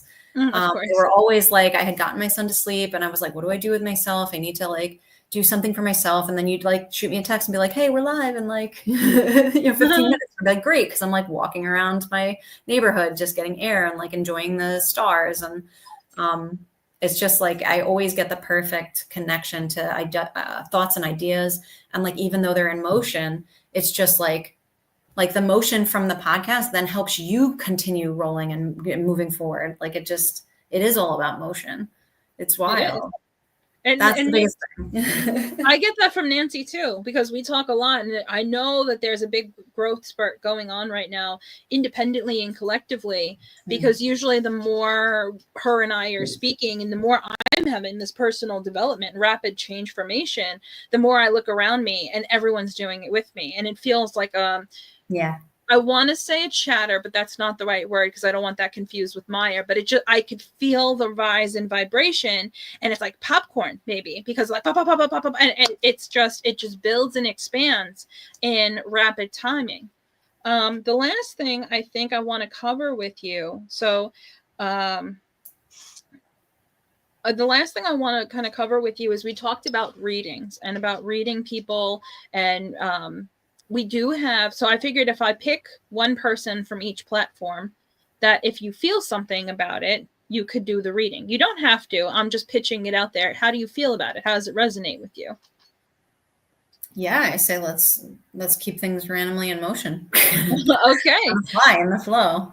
Val says, try having that reality for 60 plus years, knowing at younger ages something special is happening. Then the brain pushes it away instead of the heart embracing it. Ooh, wow. Well said. Right? Okay. So I picked Val from YouTube and Megan from Instagram. So I don't know what you need over there. So you just let me know. I'm feeling drawn to starting with Val. Okay. And if Val wanted to, I feel like Val has something to say first. I don't know if that, like, she's going to message maybe something, either a question or, like, something that, like, she, Val, what do you think? Do you have something that you'd like to say? Something intuitively that you're feeling? see typing. I see typing. She's a computing. To be determined. The last thing she wrote was to try having that reality. Oh, okay. So I'm just waiting for her. Well, feeling from when she was saying that, I'm really feeling like I'm just so grateful that she's at this realization point, that she was able to get to that realization point in this life. Like it feels like knowing that for 60 years, but like now seeing it has to be this, you know, seeing people connecting and seeing people talk, like we're on the podcast talking about connecting to our heart. And like she had that inner knowing her whole life. Mm-hmm. Feels just so like, I just feel this profound sense of like, because you were ushering in that, you were in, like Val was brought here in this incarnation to have that experience where she was the trailblazer, like had this knowledge that other people didn't have yet, and then to live her life in that knowledge. And while that journey could be incredibly frustrating, it's now at a place of like gratitude, because I feel like she's starting to see how it all evolves, how we're all evolving right now. And that inner connection. I'm just ready to hear anything. Yeah, it just feels like your journey has been a lot of like trials, tribulations, like up, down, and very similar to that energy Teresa was mentioning, like where it's like you have this information and you're just like, why doesn't everybody know this? Mm-hmm. Everybody should know this. And they're like, no, that information isn't correct. And you're like, but it is though. Like if you just would connect with your heart, you would know. And that's a difficult journey. It's a frustrating journey. And it's just, it feels like, it's like finally getting to see that people are listening. And that's just a really beautiful, like, but no, like Val, you need to know that you were the trailblazer for that. And it was either conscious or subconscious. Like it might have been a passive way where you were living your life and people around you just, it shifted for them. Just you physically being there, and awakening people to their, like, it feels like I'm seeing like a ripple, like water rippling out from you. And that your life has been that ripple out. Like everybody is experiencing the waves of energy from you, and it's shifting big things within them, and that you don't even know, like you may or may not get the validation of knowing that you caused a major change in somebody's life just by being in a coffee shop or just by being in a location. I'm not sure if any of that's resonating, but it's just, it feels like you're, I mean, I know you're a master, and that's what your mission, one of your missions, there's multiple, but like it was to awaken people in a way, in your life.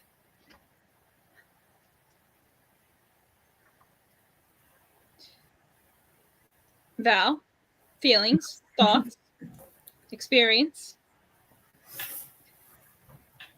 She goes, that is wonderful. I love helping others. I can feel that. And you have, like, in more ways than you know. Like, know that in more ways than you know. You affect everyone around you energetically, by speaking, by like all of the different tools you have as a human.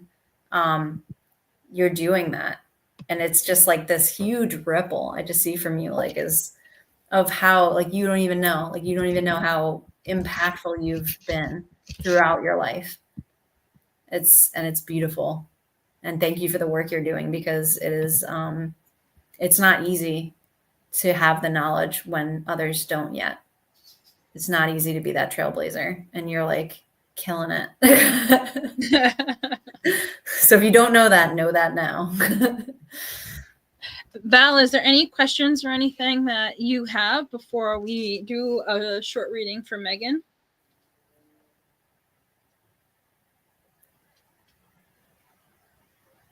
Do, do, do.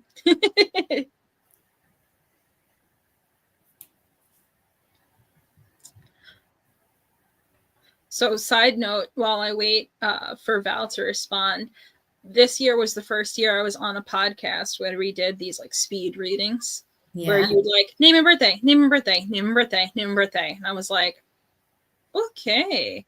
So it was really interesting that you're not seeing like sometimes, you know, because we have these circles of conversations. I'm friends with a lot of readers, and they, you know, some people want to see your face, some people got to look at the cards, some people need to like swing a pendulum. Like everybody reads in a different way. So until you're asked to read in a way that is outside of your normal scope, you don't know necessarily that you have the ability to do that. So it's so cool to be able to see that and be like, oh wow, ting, ting, ting, ting. It is interesting. And I was like, I don't know how it'll go, but I'm in the yes era. Like everything is yet. The fact that I'm on a podcast right now, like that I'm like spending 3 minutes staring into people's eyes at SNS. You know, like this is but I'm just saying yes. And like I knew like that inner knowledge that things are coming together with the gifts that I can trust that they're there. And that's because I'm operating out of my heart space, and that's really new to me. That's the key you gave me. So Val says, thank you about the waking up, having my son, like I explained to you, without making it sound strange. And I just asked her if I'm allowed to share the story because she shared it with me. So it would correlate directly. What does she think my or was? Okay, done for now. Wait, Val, can I share the story? And if so, give me a nod off on that. And then I could get Hayley's input on it if I am allowed to share the story. So, yeah. See, it's happening.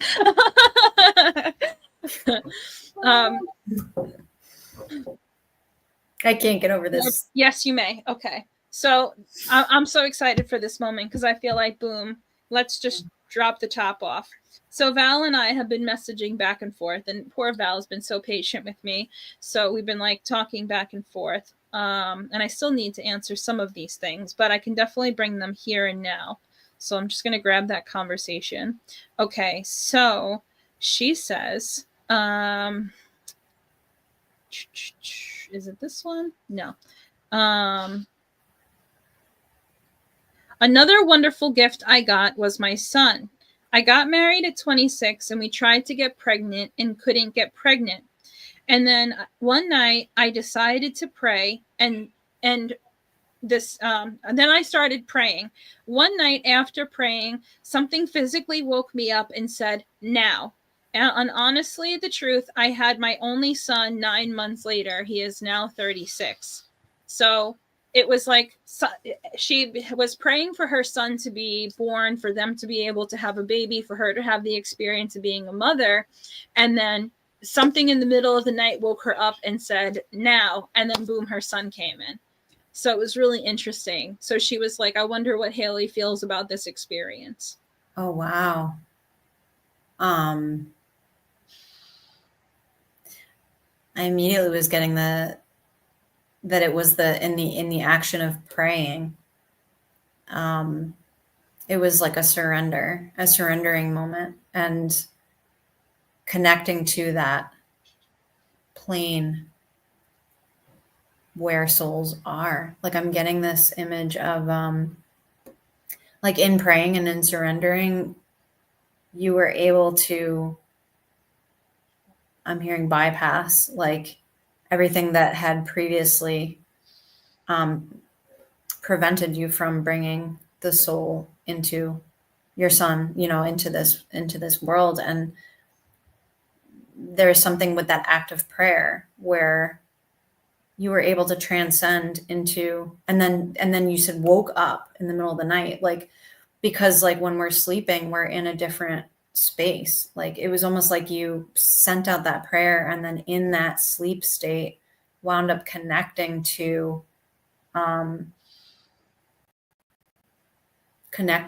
that. And then you were like, it's now, it's time. Like, come here. It feels like you were able to, and that you can do that. Like, there's something about that you're able to access something in your dreams, like another state, a higher state.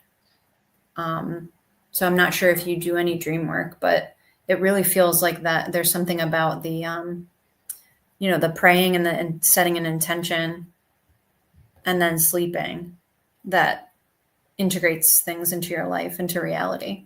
But that's a beautiful story too. Like, and again, it's like, I don't know. I just feel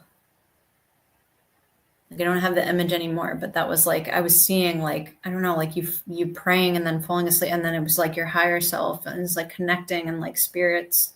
And then like your sun spirit being like, oh, hey, like, now was the time. But like, it took some sort of surrender in the prayer. Surrendering to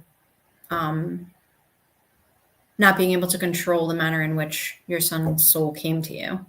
And then in that surrender, it was like, oh, okay, she gets it, unlock. I don't know if that resonates, but that's a really beautiful, a beautiful story to share with becoming a mother. I agree. And it's really nice how we can, and we're influence each other even before we wind up in utero. Yes. As souls, we make contracts or agreements, who we're going to be, when we're going to meet, these sorts of things. And, there's a lot of times that there's like proven cases of, Val says, that was explained beautifully. Thank you. There's these like proven cases that, children who are psychically open will begin to speak to their parents at 5 years old or so, younger, older, give or take.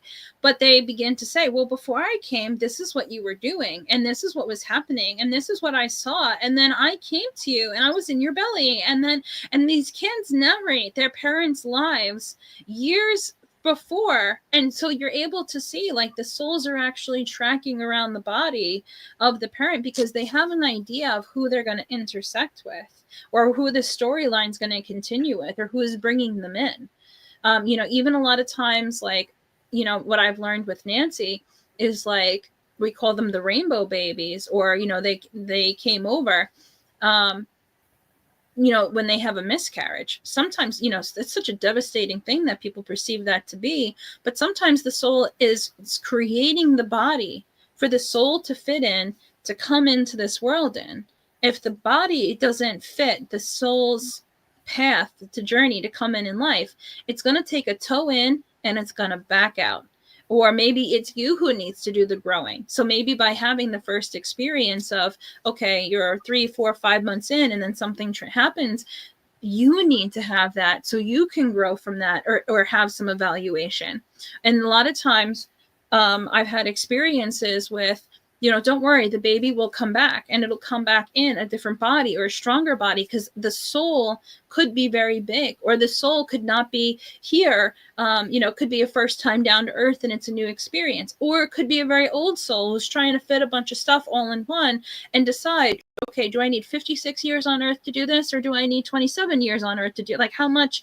And there's a creation process that is taking place. Like, our soul picks our body or designs the body so we can do what the soul wants to do while we're here in this time-space reality.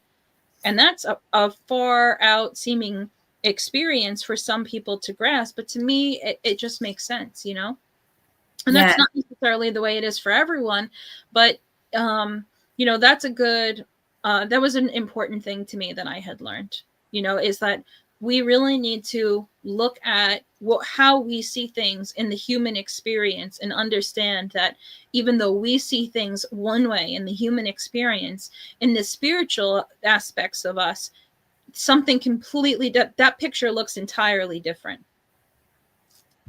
And it calls in like too, like what keeps jumping out at me is like each when the soul like when you're, I don't know how to like verbalize it, but like the cells are with you. So when you're a mother and you're growing a child, and then as you're explaining, like if you lose that the physical aspect of it, like the soul withdraws back and then is reborn in another. But those cells change you. So having that experience, it physically even changes you. That's a good point. Yeah. And then that carries forward. So then the next time, like, it's like, I don't know, it just feels like it's a multi-dimensional shift, and we have more multi-dimensional shifts than we even realize. And a lot of times, like your level of consciousness or your scope of awareness is what's going to help you see when so many aspects of you change simultaneously, because sometimes we go through changes that are so big or so rapid we don't even grasp them in fullness because we're like you know, so it's always so meaningful. Like you're able now to sit on, you know, here and talk about, I've been experiencing this, that, the other. It's even purposeful that you're aware of it so that you can share it. And that's part of your journey and your gift. That's why I was like, let's crystallize it in this podcast. So, you know, a week from now, we'll look back and, you know, you're a multimillionaire. We'll be able to chart your growth path. All right. Yeah, so I heard this intuitive knowledge, just for any viewers at any point when they're viewing this intuitive knowledge that when the cells, so when the cells merge with you, and then say you were to lose a child through a miscarriage, that those cells are a gift to you to heal your body in a way. Like, could it also be that, like, that's what it feels like for someone, the message is for someone that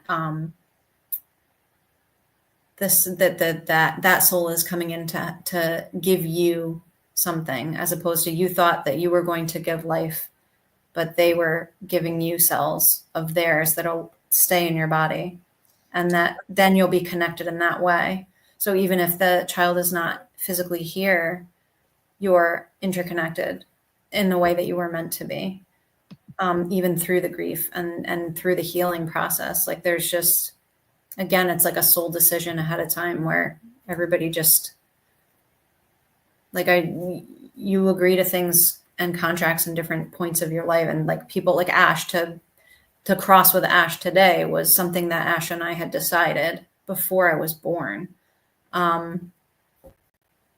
It's just, there's so much that we don't understand and that we don't need to actually fully understand. And people get a lot of times get caught up in like, well, how do I explain it scientifically? And that's what's so cool about Dr. B, is he's bridging the gap between like two different, going from chiropractic to energy type of work, is like, it's really revolutionary, but it's also where we're headed as a collective.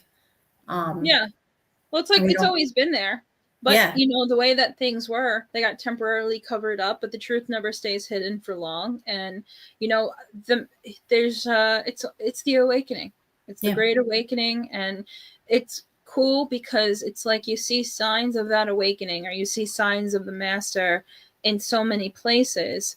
But what it feels like now is, as a collective, there are so many people ready, willing to step into their power, that was like boom, boom, boom, boom, boom, boom. All the lights are coming on, and we're shifting. Because like I said to you the other day, when we moved from third dimension into lower fourth, that person was lower, that person was third dimension Teresa. This is lower fourth dimension Teresa. And I'm tapping into dimension still, but we're having a different experience being this person than who we were when we were over there in that dimension, because that person is built for that dimension and this person's built for this dimension, and we have made a change. So Megan is also here with us. I said I pick one from each platform. So Megan is here on our Instagram, and whenever you're ready. I would offer same question, if she's able to communicate. Sure. Anything that she was feeling, because there's a reason why I'm meant to. Question or feeling? All right.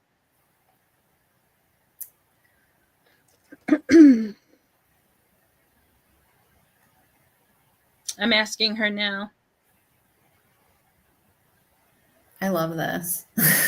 I know. And you know what? We've never done anything like this before. I'm like, we've done readings before, but usually we just pick who's here and we say in the beginning, we're going to be giving a reading. So to catch this like off the cuff kind of experience with people is like, it's different than the way we normally would, because normally there's a heads up sensation. And this is like a real time, like you've never met Val before. You've never met Megan before. You don't know their birthdays. You don't know anything about them. So it's just, you know, you're having whatever comes to you based on it. I'm waiting. There she goes. I feel like Hayley is being bombarded. It's okay to be tired. Protect your energy. Aw. That's so funny because I was getting that energy from her, that she cares deeply about others. But it's okay. It's okay to get what you need to. That's the message I'm getting for her. Like, she goes about life in service to so many people. But it's okay to take the space, and it's okay to have needs and to ask for them. But she's so conscious of others and how they're feeling. And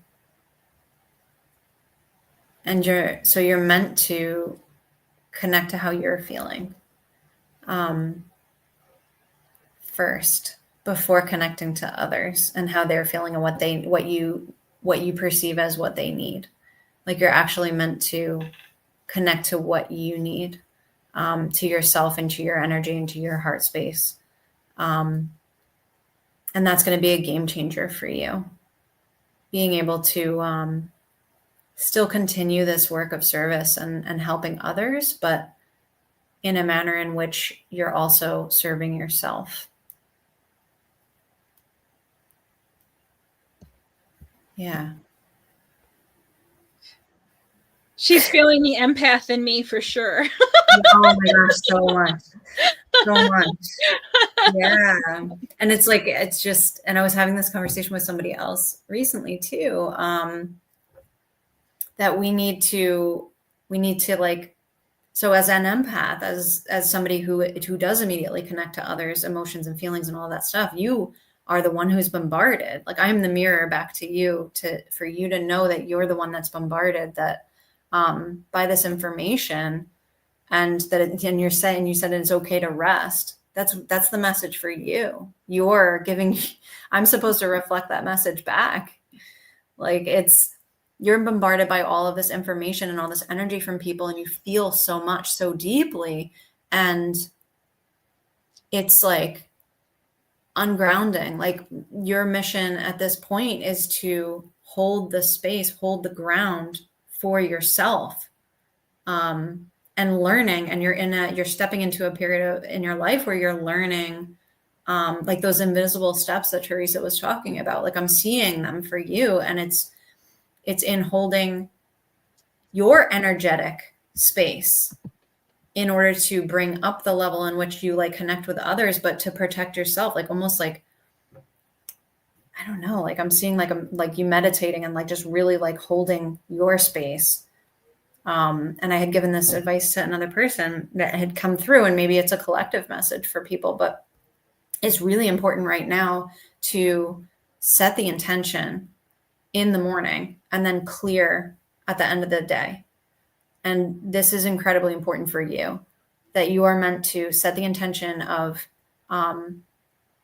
holding your space, like visualize yourself like who you are, and create that barrier so that you know what the energy is coming in from another person. And it's going to help you understand yourself better, but also serve others better. And then to release it at the end of the night. Like, you're not supposed to carry that energy, other people's energy. I feel like and I'm seeing the 10 of Wands, the like carrying the bags and like like you're very heavy from other people's energies, and you're not meant to continue in that manner. You're meant to connect with yourself and hold that ground as you connect with others, in order to better serve yourself and better serve them. And it's beautiful. It's beautiful what you do. Like your ability, empaths are just like, everybody needs a good empath. Because like you see people, you feel people, but you need to see and feel yourself, and you need to make sure that your cup is filled. And I don't see that you've been doing that. Like, I really want you to visualize like rooting down into the ground and holding your space. Because your space is sacred, your energy is sacred, and you're bombarded and you need rest. So you're giving your messages to yourself. You make this easy. She says, definitely learning how to protect my own energy this year while still being the carer, 100%. And then when you said set the intention, she said, yes, every day. And then she says, it's everything you're saying is 100% the hurdle that I'm bounding right now. Learning when my energy ends and others begin. Yes, that's the steps you're on. That's beautiful. I'm so excited for you, because it's going to be just so much easier than it's been. Once you do the work of setting that space and separating yourself energetically from others, it's just going to open your world up in a new way. And you're going to feel healthier. You're going to feel more connected and more like you're one of those that's rising. Like we were talking about, like we're rising together. Like I'm seeing you taking those steps right now. And then I'm seeing the path further down that you can't see yet. And it's just like, I feel like you're just going to feel so much better and so much lighter than you have. Like you've been carrying everything, but you just are at the point where you're unlocking that you don't actually have to carry it to help people. And that's just beautiful. She goes, and how much energy to give and how much to keep. She goes, oh my God, so much. Wow. Thank you for letting me read. Yeah, absolutely. I'm grateful for it. I feel like, it was nice to be able for people to see how you just tap into a person so beautifully. It's very fluid when you make a tap into somebody, and it's an even transition for you. So I appreciate that you're here, that you read for us, that we got to pick your brain and listen to your stories and deepen the connections, and people got to learn about you. So I'm really grateful for everyone who stayed with us tonight and listened into this podcast. I was joking because I was like, we have all these ideas and things to talk about today, and the energy was so high when we started. I was like, all right, we're just going to hit the button. We're going to go live, and we're going to come in like a lion. And I feel like we did that. I feel like we came in like a lion, and we went out like a lamb. Yeah. And I really feel like the flow of water, like came in like the lion, and like, then it just kind of flowed the whole time. Yeah. I love it. And that's exactly what we talked about, is that when you're in the flow, things flow. And like, there's that Buddhist proverb of like, don't hang on to the shore, and try to grab to the left or to the right, because you'll get stuck, you'll get attached, you'll hold on to things that you're not meant to hold on to, and you won't be able to go with the flow that way. That's when you're going to get banged up on the rocks, and you're going to be like, I don't understand, I was trying to swim. And as soon as you try to latch. So the idea of the journey is to just let go with both hands, and then trust that the water is going to bring you to where you need to be brought to, and that it's going to be okay. And then put your faith in source. That source, Christ consciousness, your own intuitive energy, your high self, is also on that water raft ride with you, no matter what it looks like. This is the fun. This is the fun of having the human experience here, a soul having the human experience. Yeah. And that's what I'm experiencing. Exactly. That's a beautiful way to wrap it up. Like, Megan says, it's been so refreshing. It was lovely. And thank you so much for this reading. And Val says, I appreciate this opportunity, Teresa and Hayley. Aw. So this was beautiful. Thank you for coming on. As Ash said, you'll definitely be on again. I look forward to seeing what it's going to become when the four of us are on together, Peter, Ash, you, and I. I'll have to wear a lot of hematite that day. And you're just going to be floating at the top of the screen. Like, just embrace it. I know. We'll like come in and out and it'll be great. We'll anchor the podcast. You just right. I'm just gonna hand it off to you.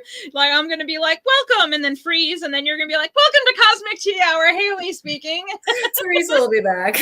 No, at some point, she's coming. You know, and here today on Cosmic Tea Hour, we have Peter doing an astrology forecast. Actually, you know, we didn't get the astrology forecast portion. Are you keeping up with what's going on right now outside of Pluto?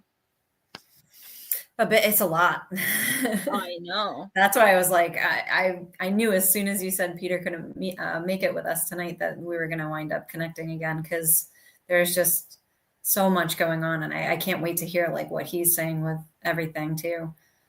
Yeah, there's so much. And so Peter does a show, Cosmically Speaking. We just started it last week, and we've been timing out his episodes. And now with his little mini medical emergency that he's getting through, he will be back on. I'm just not sure when, but we were talking about Hayley intersecting with Peter and bringing this back on. And it definitely feels like the four of us will be back on again, because there's a lot to share here. So wonderful, wonderful experience. Okay, accept your greatness. What's your last tidbit of advice before we click the end stream button? Just everything is love. Everything is happening for you, not to you. And we are all powerful, and we are all stepping into our power right now, and we're being connected. And I'm so here for it. I'm really grateful that, you know, for all the viewers, and for Ash and Teresa and Dr. B. And it's just like, I see everything connected now, and it's beautiful. And I'm glad we're all on the ride. And that's the next episode of Cosmic Tea Hour 999. We'll see you and next then Teresa just floats off the screen. And thank you so much. We love you all, and we'll catch you next time. Yeah.